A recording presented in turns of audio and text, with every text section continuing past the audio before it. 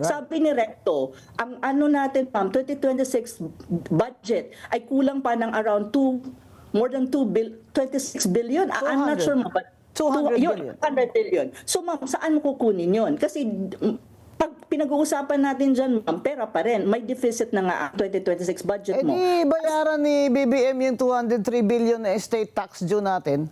O di Ayun, ma'am. linis na yung deficit, di ba, Secretary Recto? Singilin mo na si Yun. BBM ng estate tax natin. Please continue, dapat, ma'am. Dr. Ana. The military had, this is their frontline speech, di ba, na we are ready for a war. No, we want to know what BBM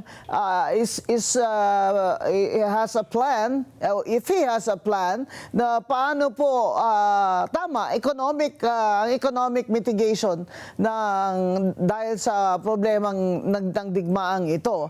Ang isa pang tinatanong, Ma'am Ana, is yung oil reserve daw ng Pilipinas, sabi ni BBM, ay good for 60 days. Anong masasabi nyo dyan? Eh, yun na nga, nagkakaano din eh. Kasi nung una kong nabasa, ma'am, sabi niya, good for 60 days. At yung iba naman na reports, yung sinasabi, good for 30 days. So sabi ko, ano ba talaga? Mayroon ba sila talagang figure na it's good for 30 days, 60 days? Pero, to be very honest po, it doesn't really matter at the moment. Kasi, okay, you have oil reserve, but even then, the prices of oil will already go up.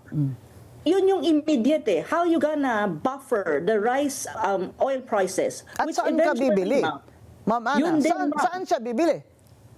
Mahirap yan, ma'am. Kasi kung bibili ka with everything that is close in the Middle East right now, yung air mo... O saan si BBM bibili ng oil? Ang alternative lang natin, ma'am, at tungkol po ito sa Iran versus Israel and US war, ang ating talakayan ngayon, at anong mga implications nito sa Pilipinas at sa ating mga kababayan. Sa United Arab Emirates, mga kaibigan, ay halos 1,000 Pilipino ang OFW. At ayon sa Bangko Sentral datos ay sa early, o ibig sabihin January to February this year, ay nag-remit sila ng 119 million pesos. At kung i-times 2 mo yan, i-times mo yan sa buong taon, aabot sila ng mga 1 bilyong piso na i-remit sa kanilang mga pamilya itong taon. At yan po ay mahalaga, hindi lamang sa kanilang pamilya, kundi sa pagpalutang ng ekonomiya ng Pilipinas. May mga tanong po tayo para kay Ma'am Ana. So, Ma'am Ana, yung pag-strike ng Iran missiles sa the United Arab Emirates ay nagsara ang airport, lahat-lahat. Ngayon, ano po ang implications nito sa oil reserves ng, for example, ng Pilipinas o ng China? Dahil alam ko po na ang China ay kumukuha ng kanyang oil doon din sa Iran. Opo. Let's contextualize po, Ma'am Bing, ang nangyayari po sa Iran versus Israel-US war na nangyayari ngayon. Go ahead. Opo, hindi na siya po, it's not necessarily contained between Iran and Israel and the United States. Makikita natin na escalated siya at naging regional conflict na po. But of course, ang mas apektado po is ang mga Gulf states. However, kailangan po natin ang predicate po na itong attack on Iran, as far as international law is concerned, as far as the UN Charter is concerned po, is a violation ng UN Charter and international law. Unprovoked po yan, and false pretense as far as the United States is concerned. Kasi po, kung titignan natin, yung Atomic Agency, UN Atomic Agency, sinasabi niya na wala namang proof na Iran is actually on the verge of producing nuclear weapon. And on the other hand, Pentagon also said na walang sign that Iran will attack the United States. Kasi ang sinasabi ng United States, kaya nila inattack ang Iran is precisely 3 things. I-atake daw nila a threat to the United States, which is the mainland. On the other hand po, is yung sinasabi na may program daw ng intercontinental ballistic missile ang Iran and nuclear weapon, which is pinabulaan po ito ng mga UN agency. Isa dyan is ang UN agency. So malinaw po that this is an assault to the Iran sovereignty, and at the same time, right now, kaya tayo nagkaroon ng war because Iran is responding basing it in UN Charter saying that Iran has a right to self-defense. So as far as Iran is concerned, it's a right to self-defense. Ngayon, maganda ho ang tanong nyo kasi mas kailangan po natin maintindihan ano ang impact nito in the world, sa world economy at lalo na po sa Pilipinas. Kasi one thing that we have to remember po, aside from the fact na ang Pilipinas ay maraming mga OFW, especially sa Gulf states, kasama na dyan po ang Dubai, which is UAE, Bahrain, Oman, Lebanon, Kuwait, even Iraq is now part of the war. Makikita natin na marami tayong OFW. So when you talk about impact in the world economy, first and foremost pong impact dyan is makikita natin na right now po, yung Strait of Hormuz ay sinara na ng Iran, and Iran controls that area. So, lahat ng tanker na dadaan dyan, except for Chinese tanker. Yeah, oil tanker po, ma'am. Ibig sabihin, 20% of the oil trade passes through the Strait of Hormuz. Pero ngayon, ma'am, nag-announce ang Iran na only Chinese vessels can pass through. Kasi magkaibigan sila, best friends sila. Alright. So, ngayon, 20% po ng oil pumapasok dyan. So ngayon, if you look at the world economy, magkakaroon yan, ma'am, ng economic shocks when you talk about oil supply. Not necessarily, ma'am, immediately na, ngayon na, pero in a matter of time, mararamdaman po natin yan. Ngayon, kung tatanungin po natin ang ating bansa, Pilipinas, one thing that we have to remember, ang bansang Pilipinas po is import dependent. Ang problema pa ng Pilipinas, hindi lang siya oil import dependent, but other goods, even rice we import. So when you talk about energy shock, unang tatamaan po yung tinatawag mong oil price hike. Tataas ang presyo ng oil kasi tataas ang merkado sa international, and then it will impact the Philippines, and that's one. Then another one is shipping delay. Magkakaroon kanding delay ng supply, not necessarily in oil, but even other tradable goods. And then yung insurance surges po, kasi may insurance yan. So that one. The second very important aspect, when you talk about direct impact on the Philippines, is yung tinatawag po nating OFW vulnerability. First, ang problema ng evacuation scenarios. Kanina po, nabasa ko ang pronouncement ni BBM na hindi ko nga maintindihan si BBM Mambing kasi sabi niya 1,000 ang gusto nang bumalik sa Pilipinas. Tapos next figure is 1,004. Sabi ko, ano ba talaga? Asan ba talaga ang exact figures ng DFA at ng ibang mga ahensya ng gobyerno natin na kung saan dapat alam nila kung anong exact figure. Pero ang sabi pa ni BBM Mambing, mahihirapan daw ang Pilipinas i-evacuate. Eh, syempre mahihirapan kasi hindi nila inayos yan from the very first time. That's right. Dapat Mambing, ano pa lang, Friday pa lang or Saturday pa lang, nagmi-meeting na sila how they gonna evacuate our OFWs from the Middle East. So, evacuation scenario is a big problem right now, lalo na kasi close na lahat, nagbubombahan na. Pangalawa, ma'am, yung sinasabi mong remittances. Anong impact niyan? Magkakaroon po definitely ng remittances disruptions. Kasi kung titignan mo ang Gulf state na around 2 to 4 million Filipinos ang nandun, ngayon 1,400 pa lang daw. May casualties na rin tayo sa Israel. So, ang financial system ng mga countries na to would stop because their buildings are being bombed. And also, yes ma'am, binabomb po lahat ngayon. On the other hand, so ibig sabihin, ang flow of money will to certain extent disrupted. Eh syempre ma'am, tayo, ang Pilipinas po, to be very honest, ang macroeconomic stability ng Pilipinas, one factor that's very important ma'am, is actually ma'am, the remittances of OFW. Yes. Yes. So kung magkakaroon ng ma'am ng disruption at sabihin natin ko konti ang remittances, magkakaroon niya ng impact sa economy, especially when you talk about liquidity natin as a country. And on the other hand, a pressure on the peso. Kasi ma'am, when we buy oil and we buy other imported products in the international market, we use US dollar. So ibig sabihin ma'am, for the same amount of good before, mas maraming peso ang kailangan mo kasi mas mahal na ngayon ang presyo. Like for example, oil, ang prediction po ng mga financial analysts is maybe it will reach $100 per barrel to 200 in the immediate. Wow. So ma'am, and right yes now, ma'am. how much is that? How much is it?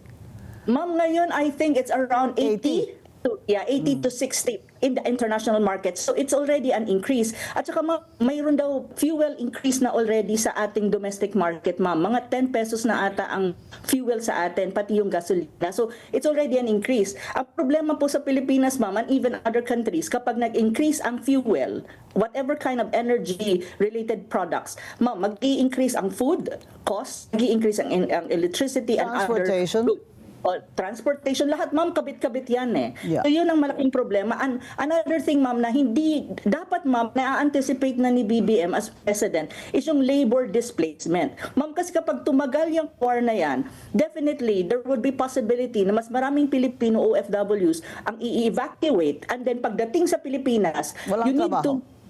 walang trabaho, ma'am, but the government needs to make some kind of assistance. Ang tanong, ma'am, saan kukunin ni BBM ang mga assistance mo when in fact we are deficit when you talk about budget? Right. Sabi ni Recto, ang ano natin, ma'am, 2026 budget ay kulang pa ng around more than 26 billion. I'm not 200. sure, ma'am, but 200 billion. 200 billion. So, ma'am, saan mo kukunin yun? Kasi pag pinag-uusapan natin dyan, ma'am, pera pa rin. May deficit na nga ang 2026 budget mo. di bayaran ni BBM yung 203 billion na estate tax due natin. O di Ayun, ma'am. linis na yung deficit, di ba, Secretary Recto? Singilin mo na si Yun. BBM ng estate tax natin. Please continue, dapat, ma'am. Dr. Ana. Oo, ma'am, dapat talaga singilin at dapat talaga, ma'am, ma-resolve yung mga corruption na nangyayari sa Pilipinas kasi yan ang isa din sa mga issues. Ma'am, kasi another impact, ma'am, magsisegue tayo sa geopolitics in a matter of time. This is the economic side. Tapos, ma'am, just to continue, maritime trade pressure, magkakaroon din yan kasi maritime, ang Pilipinas is a maritime country. And then financial volatility, sabi ko nga, there will be a pressure on peso and then you need more peso to buy goods in the international market because of the prices of goods na tumataas. Ma'am, ang Pilipinas po ay hindi lang import dependent sa dollars. One thing that we have to remember, we import almost everything kasi ang agricultural sector Yes. natin, ma'am,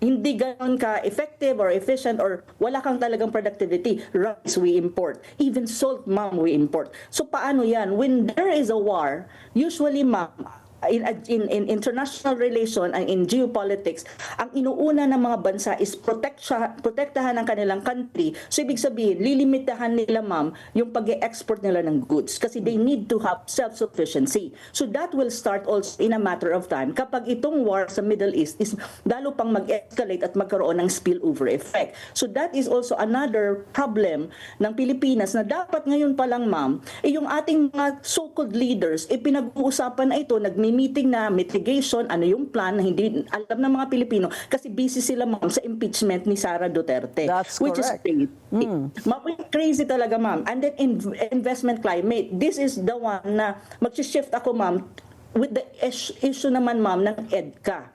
Kasi investment, ma'am, based on our data na actually, ma'am, nagsulat ako dito, ang investment sa Pilipinas, one of the problem of the Philippine economy at the moment is yung tinatawag natin, ma'am, na confidence ng investors. This is actually both the foreign investor at saka local investor. So ngayon, bumaba po ng 5.7% in real terms sa fourth quarter ng 2025 ang investment sa Pilipinas kasi nga walang confidence ang mga foreign and local investors precisely because Of corruption. unang-una mataas po ang index ng corruption sa Pilipinas and it is known across the world. Akala kasi ni BBM at ng mga officials niya hindi alam ng mundo. Alam po ng mundo kung ano nangyari sa Pilipinas. So that's one thing. Now, in connection to the Iran crisis, Middle East crisis at the moment po, ma'am, kung titignan natin,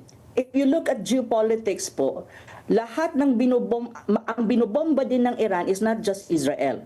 It's bombing also what you call allied countries of the United States. And if you look at the allied countries, ang binobomba nila, US facilities, military bases, at saka any facilities that is connected to Israel and even the United States, especially military. Now, ang sitwasyon na to, the Philippines and Filipino people dapat mag-isip.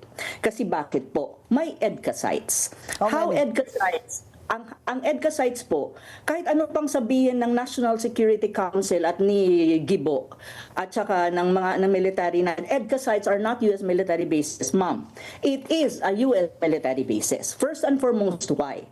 Ma'am, first, rotation of US troops on the ground. It's obvious. Andyan ang BFA mo. Saan ba sila nakastation? Alam ka na naman, ma'am, nagliliwaliw sila sa BGC and Makati. Of course, they are stationed in different EDCA sites. Second is prepositioning of US military equipment, assets, and supplies. And these are not just low level. Ma'am, the United States deployed Typhoon missile system, and now they said that they will deploy mid-range missile system. That is not okay. As far as the Philippines is concerned, if you look a parallel situation right now in the Gulf state allied by the United States. The other one, ma'am, is build up facilities, a new site for military logistic and operation.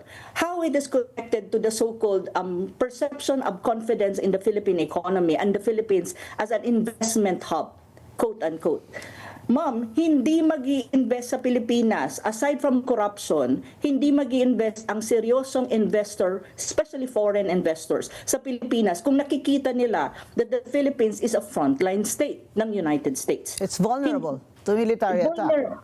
Vulnerable ka kasi, ma'am. At ako, halimbawa, ako ang investor, titignan ko, may corruption na nga kayo, red tape na nga kayo, mayroon pa frontline state pa kayo. So, baka naman magka-problema ako sa aking investment at business ko diyan kung diyan And ako logistics.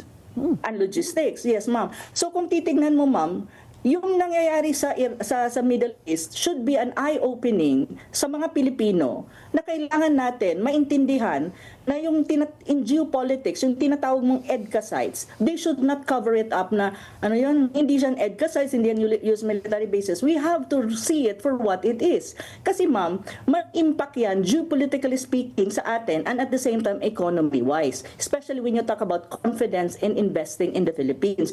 On the other hand, ma'am, kahit balik rin natin ang mundo, ma'am, given that EDCA sites are in the Philippines, ang tingin talaga sa Pilipinas ng lahat, China, Russia, all major powers, is like this. We are part of the so-called strategic and military architecture of the Philippines, of the United States globally.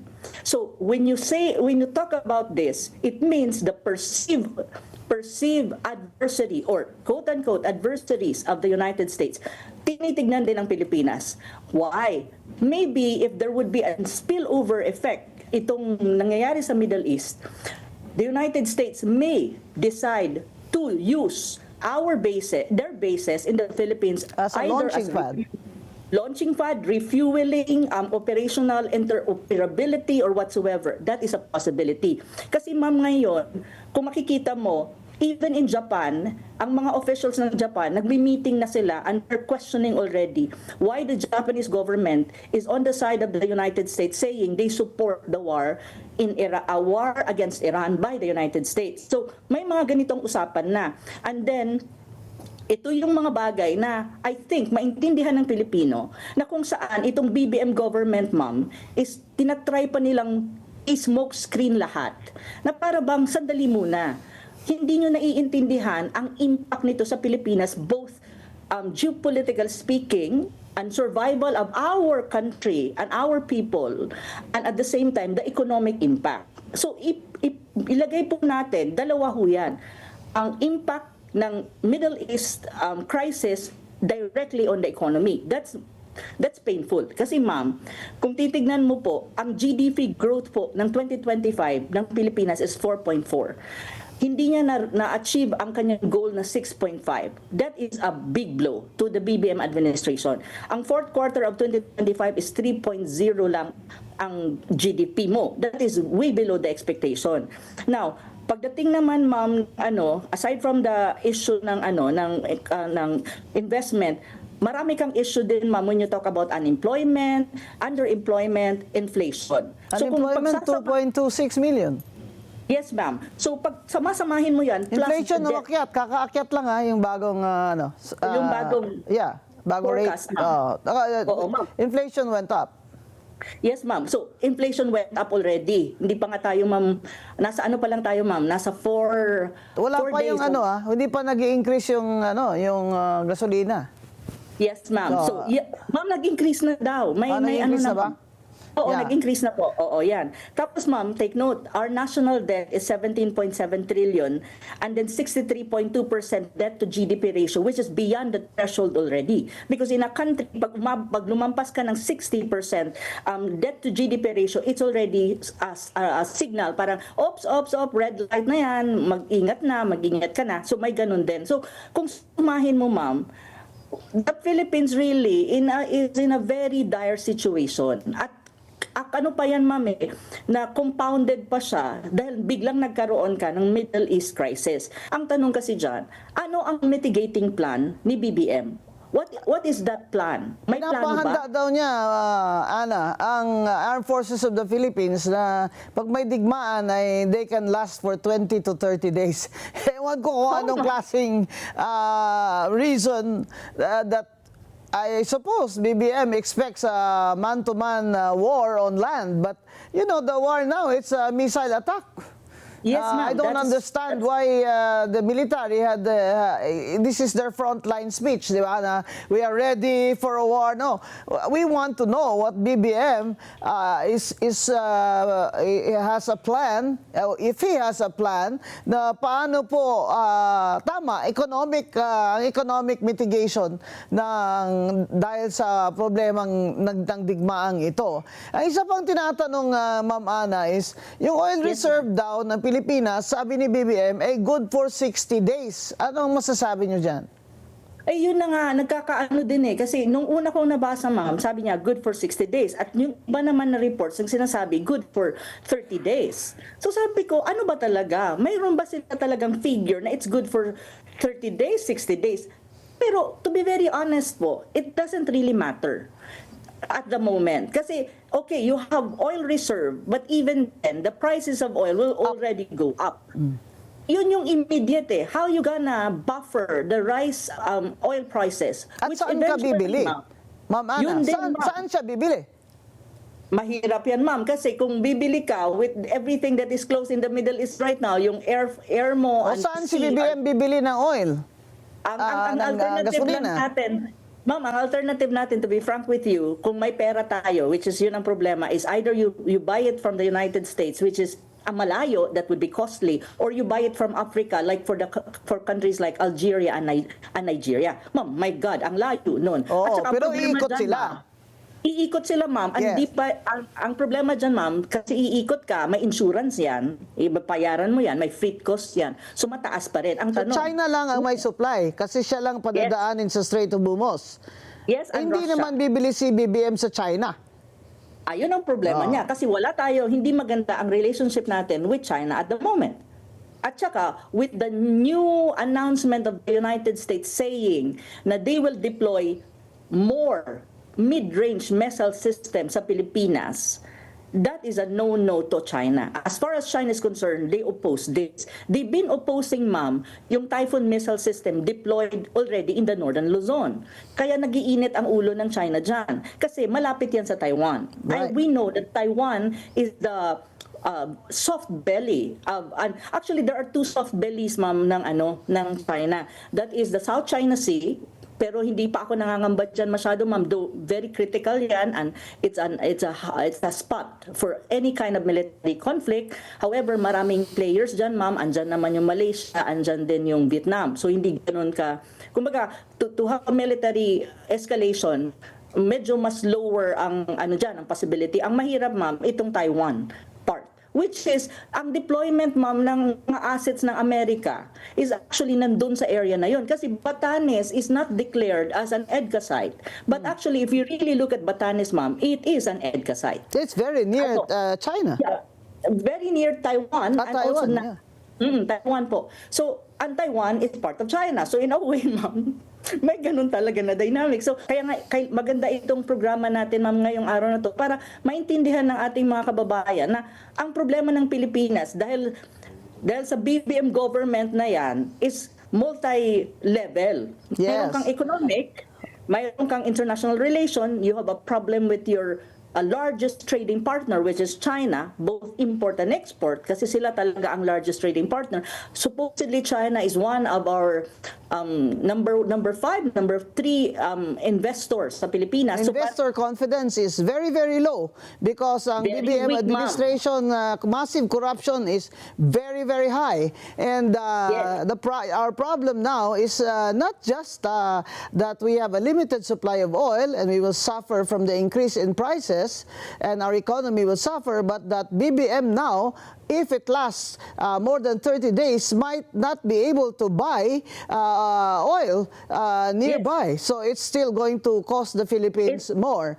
It is still a problem, ma'am. Right. I think, Ma'am Ana, we will have a part 2 ng Yes, episode na ito dahil hindi po ito matatapos sa isang upuan lamang. Kaya, Ma'am Ana, can we call you again maybe next week so we can have an update?